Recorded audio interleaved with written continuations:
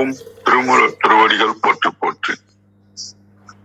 திருமந்திரம் 6ஆம் தந்திரம் 7வது அத்தியாயம் அருள் உடைமையில் 1648 என்று நாம் சிந்திக்கின்றோம். முன்னின்று அருளும் முடிக்கின்ற காலத்து முன்னின்று அருளும் முடிக்கின்ற காலத்து நன்னென்று உலகில் நடு உயிராய் நிற்கும் நன்னென்று உலகில் நடு உயிராய் நிற்கும் பின்னின்று அருளும் பிறவியை நீக்கிடும் பின்னின்று அருளும் பிறவியை நீக்கிடும் முன்னின்று எனக்குரு முத்தி தந்தானே முன்னின்று எனக்குரு முத்தி தந்தானே.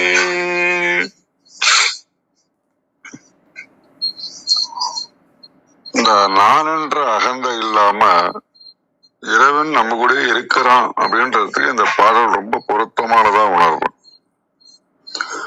முன்னாலே இருந்து காப்பாத்துறான், பின்னாலே இருந்து காப்பாத்துறான், உயிருக்குள்ள இருந்து காப்பாத்துறான், கடைசியில அவங்களோடவும் சேர்த்துக்கிறான். யாருமே இருக்கிற இடத்த தர ஒரே ஆள் இறைவன் மட்டும்தான்.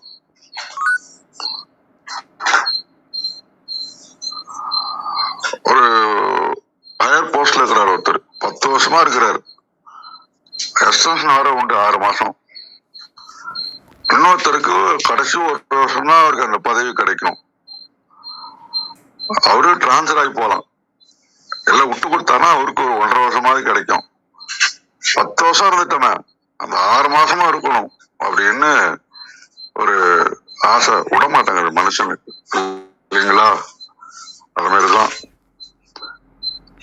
ஒரு குட்டி கதை சொல்லணும்னா, ஒரு பெரிய பக்தன் ரொம்ப போராடி வாழ்க்கையில முதிர்ச்சி நிலையில இறைவன் ரொம்ப ஃப்ரெண்ட் ஆயிட்டான். அப்ப கடவுளை பார்த்து கேட்கிறாரு, இந்த என் கூட இருக்கிறேன்னு சொல்லிட்டு இருக்கிற, இப்ப நீ என் கூட இருக்கிறத உணர முடியுது, இதுக்கு முன்னாடி இருந்தா எனக்கு தெரியலையே அப்படின்னா. தவறு, நான் சொல்றது உனக்கு உணர மாட்டேன் அவ்வளவுதானா அப்படின்ட்டு அப்படியே ஸ்கிரீன் பிள்ளையில படத்தை போடுறாரு. சின்ன வயசுல இருந்து அப்படியே பிட் பிட்டா படம் அப்படியே வந்துகிட்டே இருக்குது. அவரு பாக்குறாரு, ஒரு சில இடத்துல கடல் பரப்புல 2 பாதமா தெரியுது, ஒரு சில இடத்துல ஒரு பாதமா தெரியுது, அதாவது பேரு. அப்போ இவனுக்கு என்ன, ஒரு சில இடத்துல 4 கால் இருக்குது, என் கால் 2, இன்னும் 2 கால், இன்னொரு இடத்துல 2 கால் மட்டும்தான் பாதம் பதிஞ்சிருக்குது. இது என்ன காரணம் அப்படின்னு பாரு. நீ சந்தோஷமா இருக்கும்போது அவன் பக்கத்துல இருந்துட்டு உங்களோட சந்தோஷப்படுறான், இன்னும் துயரமா இருக்கும்போது 2 பாதம் மட்டும்தான் இருக்குது, அப்ப நான் உன்னை தாங்கிட்டு இருக்கிறேன் அப்படின்னாராம். அது மாதிரி எந்த சூழ்நிலையிலும் நம்மை விட்டு நீங்காமல் நம்ம கூடவே இருக்கின்றான்.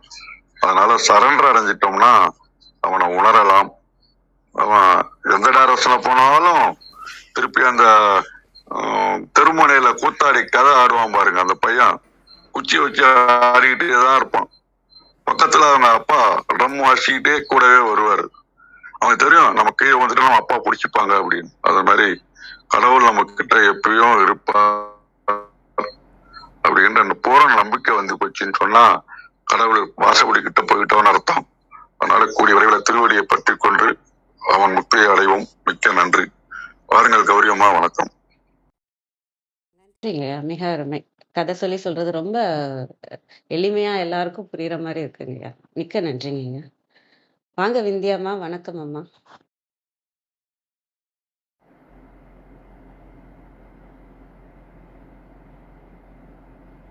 அனைவருக்கும் வணக்கம். ஓம் சிவசக்தியை போற்றி, ஓம் திருமூலரையை போற்றி. 1648வது திருமந்திரம். உயிருக்கு உயிராய் அருளும் பரம்பொருள். திருமந்திரம்.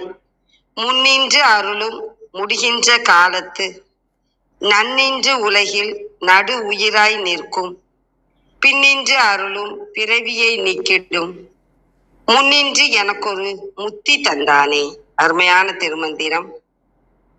வினை பயன் முடிக்கின்ற காலத்தில் பரம்பொருள் தானாக முன்வந்து சீவன்களுக்கு அருள் செய்வான். சீவன்கள் உலகியலோடு பொருந்தி நலமுடன் இருக்கிற போது உயிருக்கு உயிராக சீவன்களோடு கலந்திருக்கும் பரம்பொருள் உயிர் உடலை விட்டு நீங்கிய பின்னரும் அவ்வுயிருக்கு மீண்டும் பிறவி துயர் வந்தடையா வண்ணம் காத்தருள் செய்வான். இத்தகைய பரம்பொருளே எனக்கு முன்வந்து முத்தி இன்பம் தந்தான். இதுவே சிவனருள்.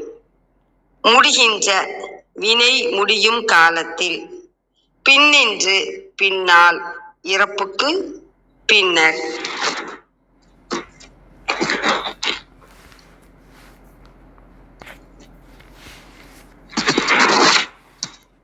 கழக வெளியீட்டில் நற்றவம் நிறைவுறும் காலத்து சிவபெருமான் எதிர்த்தோன்றி அருள் புரிவன். நன்மை நிறைந்த இவ்வுலகத்தில் அனைத்துயிர்க்கும் திணை துணையும் வேற்றுமையின்றி சிவன் நடுவாய் நின்று அருள்வன். நடுவாய் பொதுவாய் நிற்றல் என்பது உயிருக்கு உயிராய் நிற்றல் எனினுமாம். எஞ்சு வினைக்கு ஈடாக வரக்கடவ பிறவிகளை பின்னின்று நீக்கி அருளுவன். பின்னின்று பின்னி நின்று புணர்ந்து நின்று நினைப்பின் வீற்றிருந்து அருளுவன். அதனால் அடியேன் அவனையே நினைப்பேன். அதனால் அவன் வீடு பேற்றையும் தந்து அருளுவன். முன் நினைப்பு பின்னி என்பது பின் என கடை குறைந்தது. முன்னின்று அருளும் எதிர்த்தோன்றி அருளுவன். முடிகின்ற காலத்து தவம் முற்று பெற்ற காலத்து நன்னின்று உலகில் நடு உயிராய் நிற்கும் என்பதன் பொருள் நன்மார்க்கத்தில் நிற்கும் உயிர்களுக்கு அவ்வுயிர்களின் ஊடே சிவன் சிறந்து விளங்குவான். அனைவருக்கும் நன்றி, வணக்கம். சிவசிவ திருச்சிற்றம்பலம். மிக்க நன்றிம்மா. அருமை. அனைவருக்கும் அன்பு வணக்கம். ஒரு நிமிஷம். ஓம் நந்தியம்பெருமான் திருவடி போற்றி. ஓம் திருமூலர் திருவடி போற்றி. ஓம் நம சிவாய. திருமந்திரம் 1648. முன்னின்றருளும் முடிகின்ற காலத்து நன்னின்றுலகில் நடுவுயிராய் நிற்கும் பின்னின்றருளும் பிறவியை நீக்கிடும் முன்னின்றெனக்கொரு முக்தி தந்தானே. Translation: At the end of the period, he will come forward with grace. In this world with benevolence, he will stand as the center of life. Standing at the back, he will bestow grace and cut asunder birth. Standing in front, he gifted me with liberation.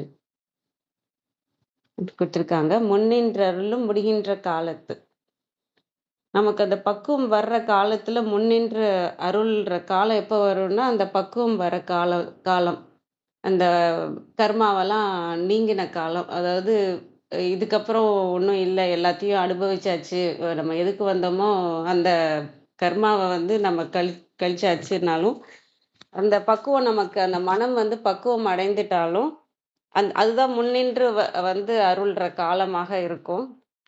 நன்னின்றுலகில் நடுவுயிராய் நிற்கும். அதாவது இந்த உலகம்ன்றது நமக்குள்ள இருக்கிறது தான். இந்த உலகம் நன்மையான உலகமாக இருக்கிறது எப்பன்னா இந்த அன்பை நம்ம உணர்ந்து, இறைவனோட அன்பை உணர்ந்து நம்ம அந்த அன்புல இருக்கிறப்ப நடுவுயிராய் இருக்கிறத நம்மளால உணர முடியும்.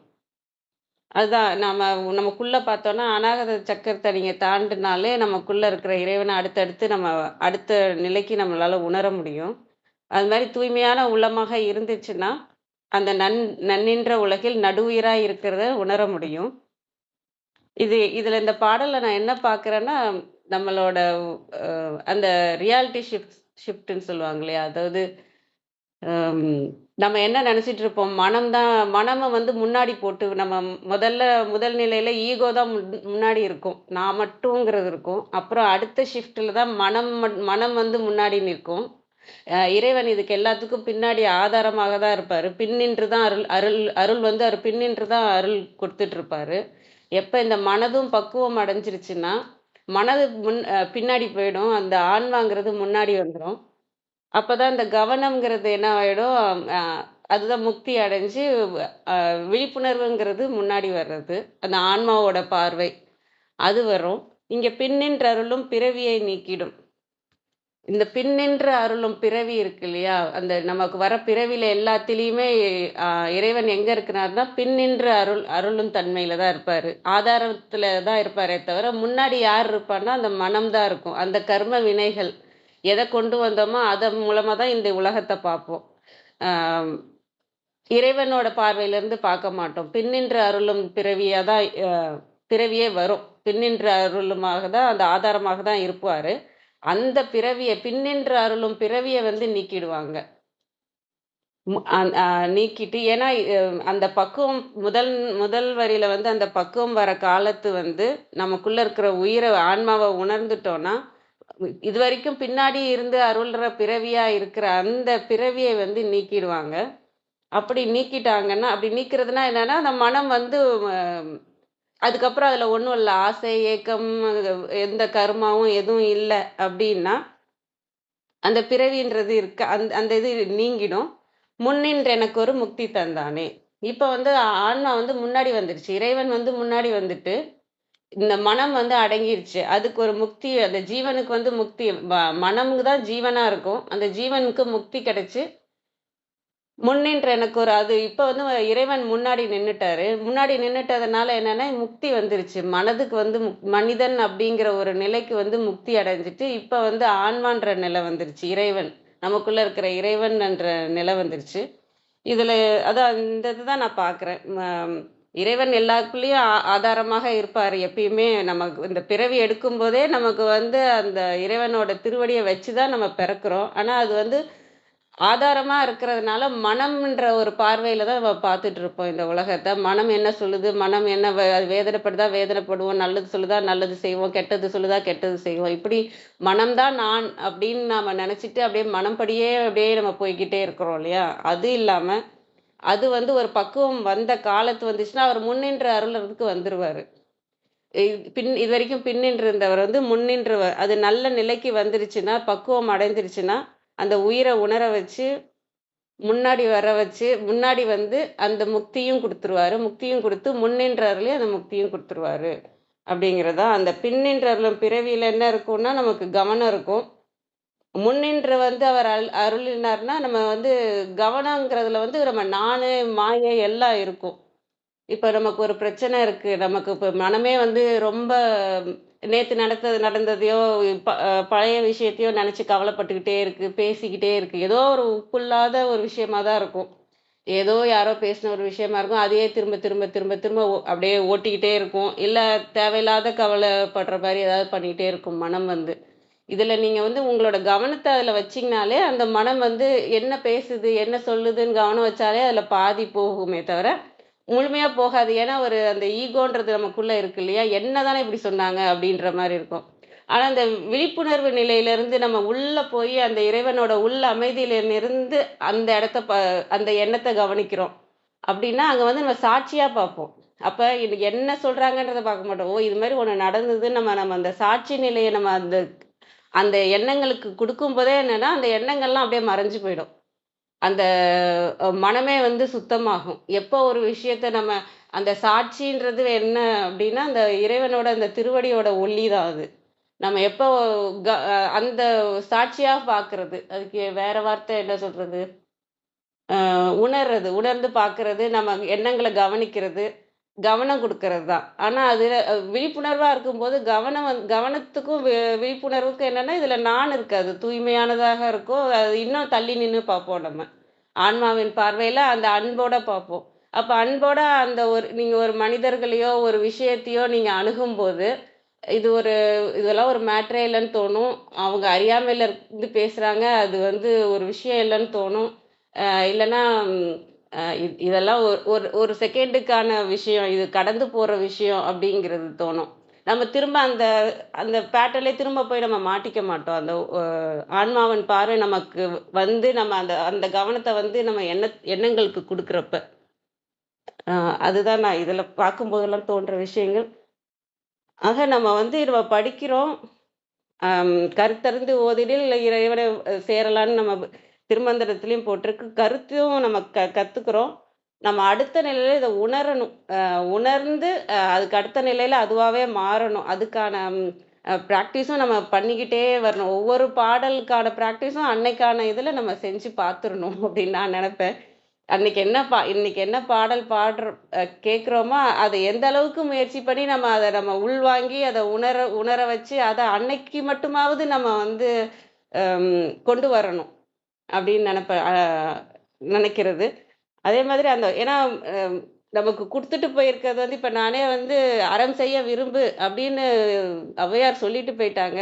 அத நான் படிச்சு பாஸ் பண்ணி அறம் செய்ய விரும்புன்னு 10 மார்க் வாங்குறதுலயோ, இல்ல நான் அத மனப்பாடம் பண்ணி சொல்றதுலயோ பெருமை இல்ல இல்லையா?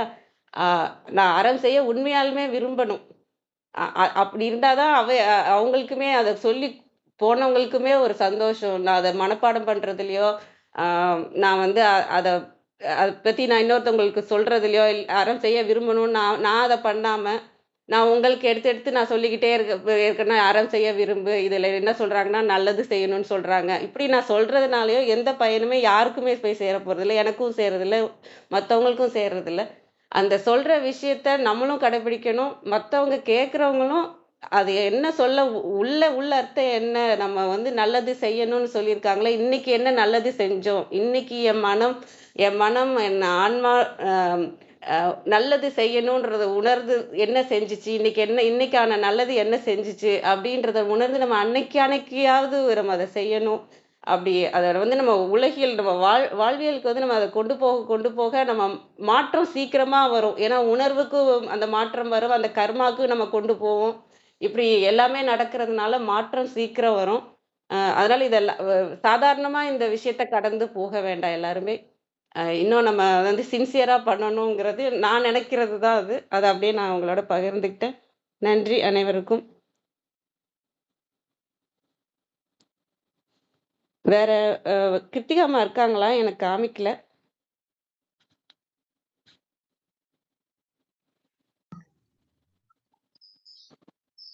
ரத்னகுமார் ஐயா, நீங்க வர முடியுங்களா? நான் இருக்கேம்மா. கேக்குதா? கேக்குதுங்கம்மா. வாங்கம்மா. வணக்கம் அம்மா. வணக்கம். அனைவருக்கும் இனிய காலை வணக்கம். இன்னைக்கு லயனையாவோட கதையும் சரி, உரையும் சரி, கௌரிமா உரையும் சரி, விந்தியாமாவுடைய உரையும் சரி, இந்த பாடலுக்கு உண்டான வள்ளுவர் கூட கண்ணோடு கண்ணினை நோக்கோக்கின் வாய் சொற்கள் என்ன பயனுமே இல்லை. 2 கண்கள் கலந்த பிறகு பேசுறதுக்கு எதுவுமே இல்லை.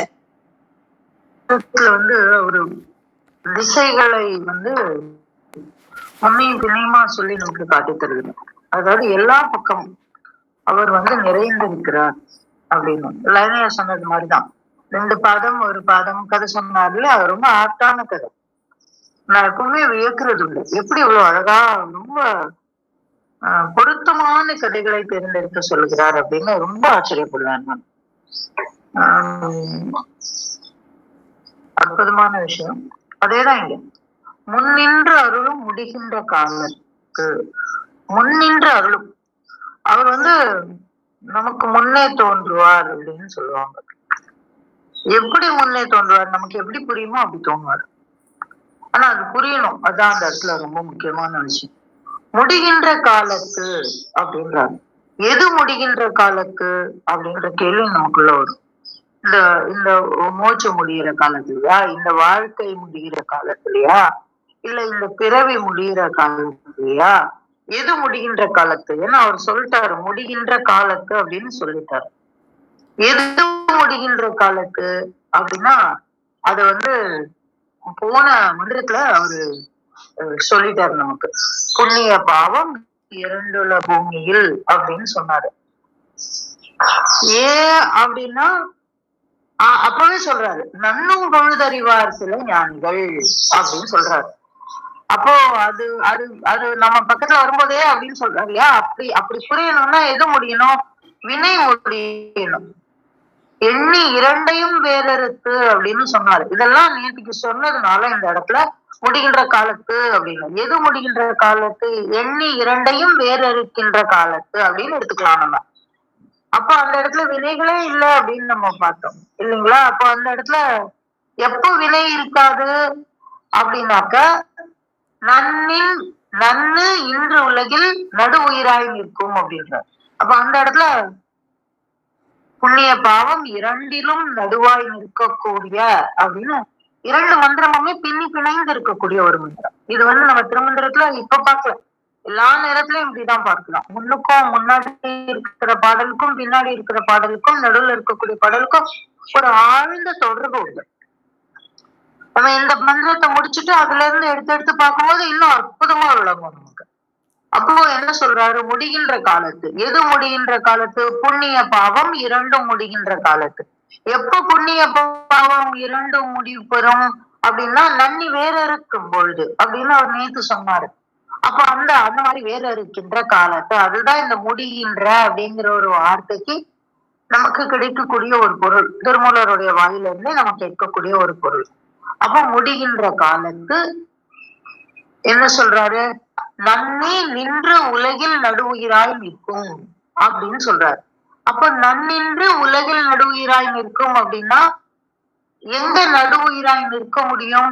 இரண்டு பக்கமும் கிடையாது, புண்ணியத்து பக்கமும் கிடையாது, பாவத்து பக்கமும் கிடையாது.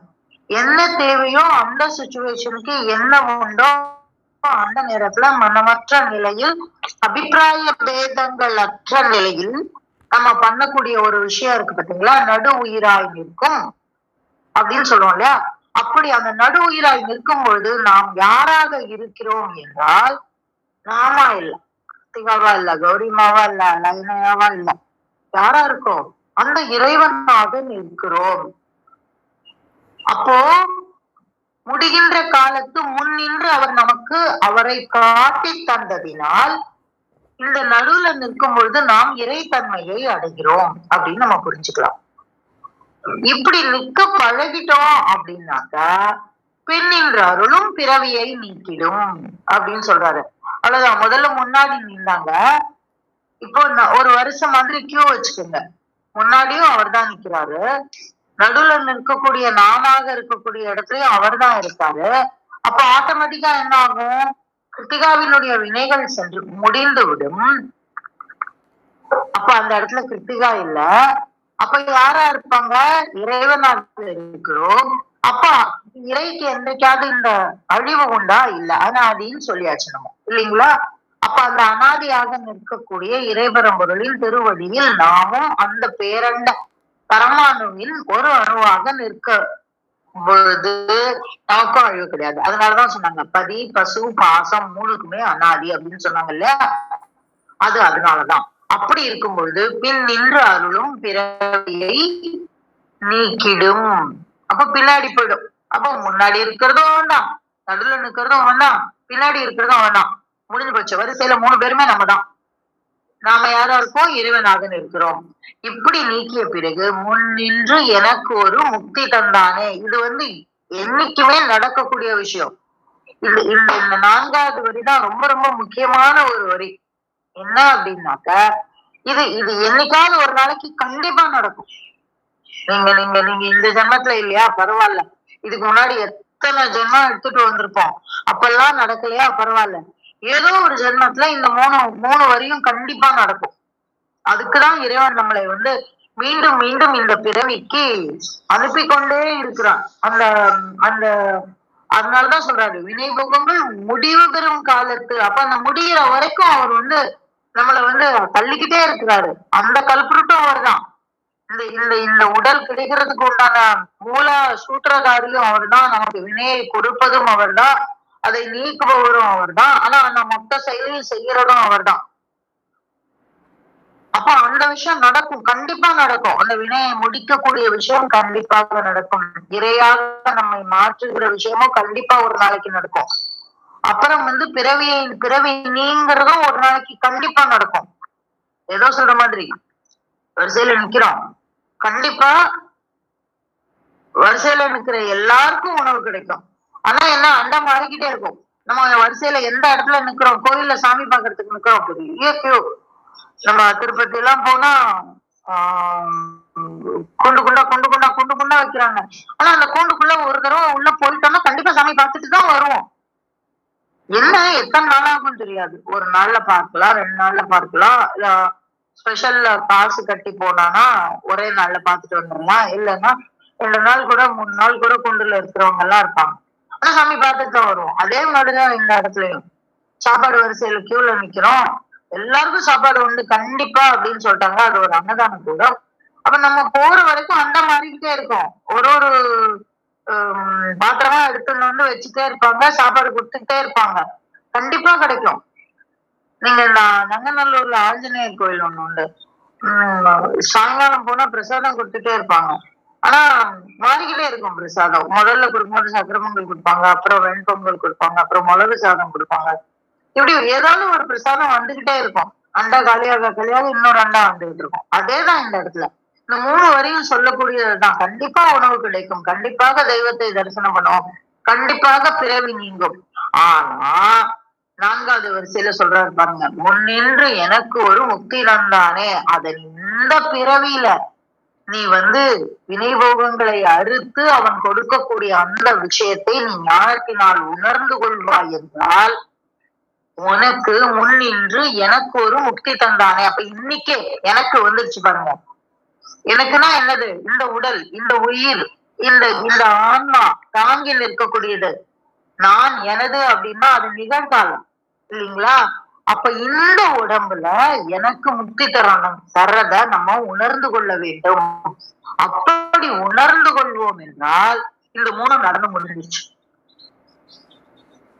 யாராவது ஒருத்தர் என்னுடைய வினை போகங்கள் முடிந்து விட்டது அப்படின்னு ஒண்ணும் இல்லைங்க. நம்ம இப்ப சொல்றோம்ல, இந்த 3 வரிக்கு உண்டான ஒரு பொருள் சொல்றோம்ல, அத முழு மனசா நம்பணும். கௌரிமா சொன்னாங்கல்ல, அறம் செய்ய விரும்புன்னு வெறும்னு படிச்சா பத்தாது, அது உள்ளுக்குள்ள ஊறணும் அப்படின்னு. அதே மாதிரி இந்த 3 வரியும் நமக்குள்ள ஆழமா உள்ள போய், ஆமா எனக்கு வினை முடிந்து விட்டது அப்படின்னு அதை அலசி அலசி அலசி சும்மா நம்பினா போறாது. அதை அலசி அலசி அலசி அலசி அதை ரிஃபைன் பண்ணுங்க. ரிஃபைன் பண்ணி இது நடந்தது, இது ஏன் நடந்தது, இதனால நடந்தது, அப்ப நான் இப்படி பண்ணதுன்னு பண்ணலையே, அப்ப இதனோட வினை ஏன் இப்படி வந்தது, ஆராய்ங்க. உங்களுடைய வாழ்க்கையை மீண்டும் மீண்டும் லைனையா சொல்றாருல, அந்த மாதிரி உள்ளுக்குள்ள இருந்து படம் ஓட்டி பாருங்க. என்னென்ன சந்தர்ப்பத்துல எல்லாம் நமக்கு எப்படி எல்லாம் நிகழ்வு நடந்தது, அதுக்கப்புறம் ஆஃப்லைட் என்ன நடந்துகிட்டு இருக்கு, இதெல்லாம் யோசிச்சு பாருங்க, நல்லா புரியும். அதை புரிந்து கொள்ளக்கூடிய தன்மையை இறைவன் நமக்கு அருள்வான். அப்ப ரொம்ப தைரியமா சொல்லலாம், எனக்கு வினை முடிந்து விட்டது, நான் இனிமே பண்றது. அப்ப மனசு இல்லையா? மனசு இருக்கு, ஆனா அதுல வினை இல்லை, விருப்பு வெறுப்பு இல்லை, அதனோட செயல்ல வேற ஒண்ணும் இல்லை அப்படிங்கிற ஒரு உண்மை புரிஞ்சிச்சுன்னா அதான் ஞானம், அதான் முக்தி. அதான் சொல்றாரு, முன்னின்று எனக்கு ஒரு முக்தி தந்தானே. அப்ப இது முதல் 3 வரி உலகியல் உண்மை, இறைவன் செய்யக்கூடிய உண்மை. அந்த உண்மையை நம்ம ஆழமா நம்பி புரிஞ்சு அலசி சேர்த்து எடுத்து நம்ம ஆவியோடு சேர்த்து கொண்டால் இந்த இடத்துல நமக்கு ஞானம் கிட்டிவிடும், நமக்கு முக்தி கிட்டிவிடும். அப்படிங்கிறத முதல்ல 3 வரியில உலகியல் உண்மை சொல்லிட்டு, அடுத்த ஒரு வரியில உனக்கு என்ன, இத நீ எப்ப புரிஞ்சா உனக்கு எப்ப கிடைக்கும் அப்படிங்கிற ஒரு விஷயத்த திருமூலர் காட்டுகிறார். ரொம்ப ரொம்ப முக்கியமான மந்திரம். அந்த மொத்த வாழ்க்கையவே நம்ம எப்படி உணரணும் அப்படின்னு சொல்லக்கூடிய ஒரு மந்திரம் இது. இது இது இது பண்ணிட்டீங்கன்னா அடுத்த மந்திரத்துல அழகா சொல்லிடுவாரு. நம்மள தூக்கி கொண்டு போய் இதனால என்ன கிடைக்கும் அப்படின்னு காட்டி தருவார். அப்போ அந்த மாதிரி ஒரு ஒரு அற்புதமான மந்திரம், ஆழமா அப்படியே மனப்பாடம் பண்ணி கூட நம்ம இத மீண்டும் மீண்டும் நம்ம உரைச்சு பார்க்கலாம். யோசிச்சு பாருங்க. முன்னின்று அருளும் அப்படின்னு சொன்னாரு. அப்ப எங்கெல்லாம் அவர் முன்னின்று தராரு? ஐயா சொன்ன மாதிரி எந்த இடத்துல எல்லாம் 2 பாதம் இருக்கு, எந்த இடத்துல எல்லாம் ஒரு பாதம் இருக்கு, அப்பெல்லாம் நம்ம எப்படி பிஹேவ் பண்ணோம் அப்படின்னு யோசிச்சு பாருங்க. முடிகின்ற காலத்து அப்படின்னா எப்படி நம்மளுடைய வினை முடிஞ்சிருச்சுதா அப்படின்னு யோசிச்சு பாருங்க. நிறைய இன்சைட்ஸ் கிடைக்கும் நமக்கு. அப்பேற்பட்ட ஒரு விஷயத்த சொல்லக்கூடிய ஒரு மந்திரம் இது. மிகப்பெரிய சிறப்பாக அமையக்கூடிய மந்திரம். அது உங்களோட பகிர்ந்து இந்த காலவேளைக்கு சொல்லி இந்த பகிர்ந்தல் நன்றி நண்பர். மிக்க நன்றிங்கம்மா. மிக அருமை. ரொம்ப தெளிவான விளக்கம் குடுத்தீங்க. மிக்க நன்றிங்கம்மா. வேற யாரோ எதுவும் கருத்து சொல்றீங்களா? கேள்வி?